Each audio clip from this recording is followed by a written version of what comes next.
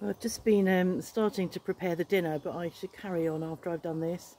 I've started using grey water a lot now, so anything that's in the washing up bowl, unless it's greasy, is going onto the plants that are outside. There's a clematis here that's got watered twice actually, yesterday and today.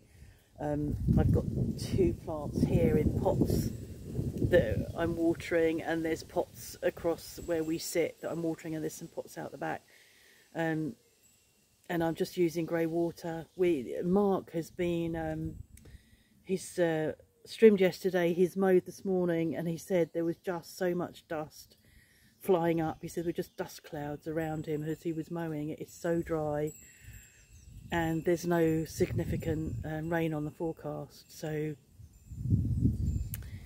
it's really, really important now to save water and not be using water without any thought. It just is just wrong. And I sort of think, what if we did get to a point where drinking water becomes at a premium, you know, where it's not as, you know, we're going to be like other countries that have to, you know, really eke out the water that they have.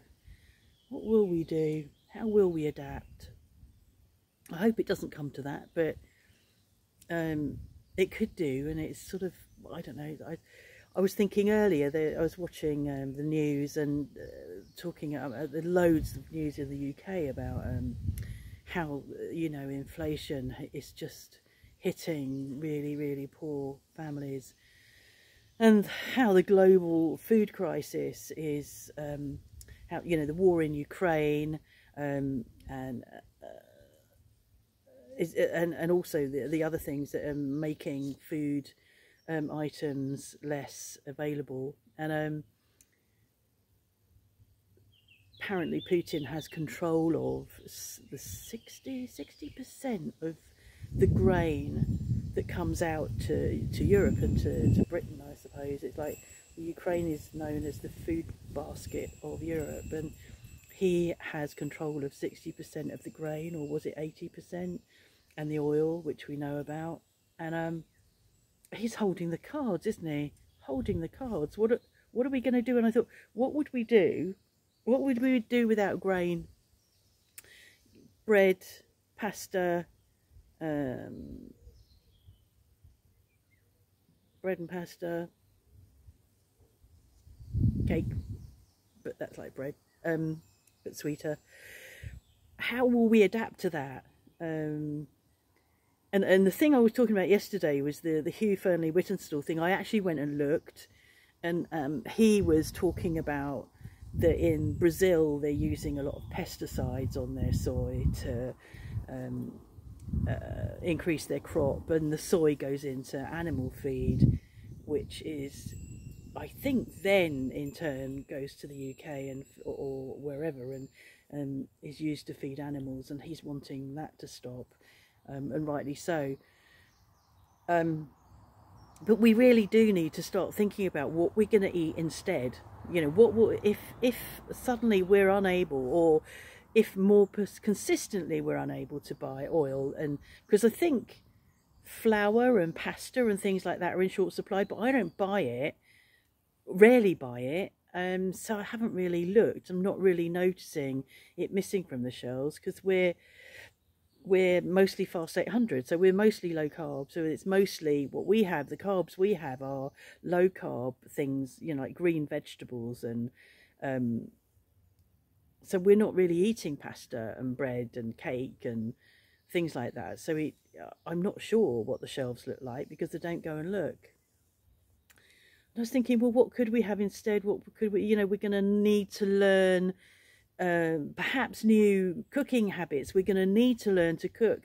We're going to need to learn how to use pulses, you know, lentils and chickpeas. I'm doing falafels in a minute, and foods like that will give you a good quality food, but don't include flour, and you know, a sort of low carb. Cooking with lentils. I know it used to be a joke on the young ones with Neil, Neil the hippie, you know, cooking great pans of lentils and, sorry, table's a bit wobbly. Great pans of lentils, and it was a bit of a joke, and I didn't really get into lentils until I moved here, and even then I didn't. I can remember working at Resto du Coeur, and people were asking for, because I was doing the tinned food, the tinned vegetables and things, you know, and people would ask for a tin of lentilles, and I'd think, okay, I don't know what you're going to do with that. But I have since cooked and used lentils and made some really nice dishes with lentils. There's an Italian dish, and I can't remember the name of it, made with green lentils that are slow cooked. I might make that one day, because I'm sure that would work for Fast 800. But that's really nice. So yeah, time to start learning to cook from scratch, time to eat real food, and time to move away from pies, bread, pasta, and those sort of foods that aren't good for us anyway. And actually, sounds like we're not going to have them, they're not going to be very available in the future. I can't imagine that the war in Ukraine is going to end very soon, and I think all the time he holds the cards, and he holds, I mean, you know, he holds all that food.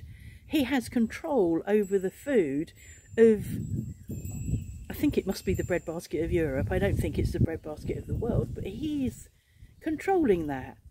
He's not going to let go of that, is he? So we're all under his thumb, and that's really quite worrying. Yeah, so Dan has been to Turkey and had his teeth done, and I'm really, really sad that he has conformed to the bollocksy, crappy American idea that you must have perfect teeth. And I did say bollocks, and I'll say fuck.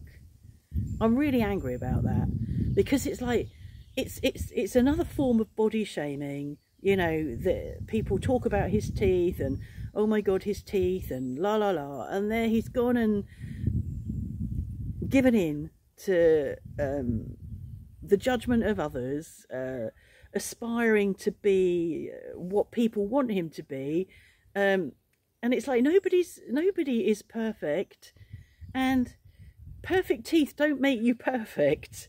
You know, bright white teeth. Somebody, I think, commented something about, oh, it's nice to see your nice white healthy teeth. Well, they don't necessarily have to be healthy, because the teeth, his real teeth, are hidden beneath the crowns.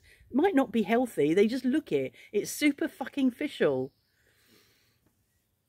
God, I didn't think it would be such a rant, but yeah, there we go. Okay, so that's probably because I'm hungry. Oh, I kicked the table. Probably because I'm hungry. I'm off to art later. So, yeah, see you next time.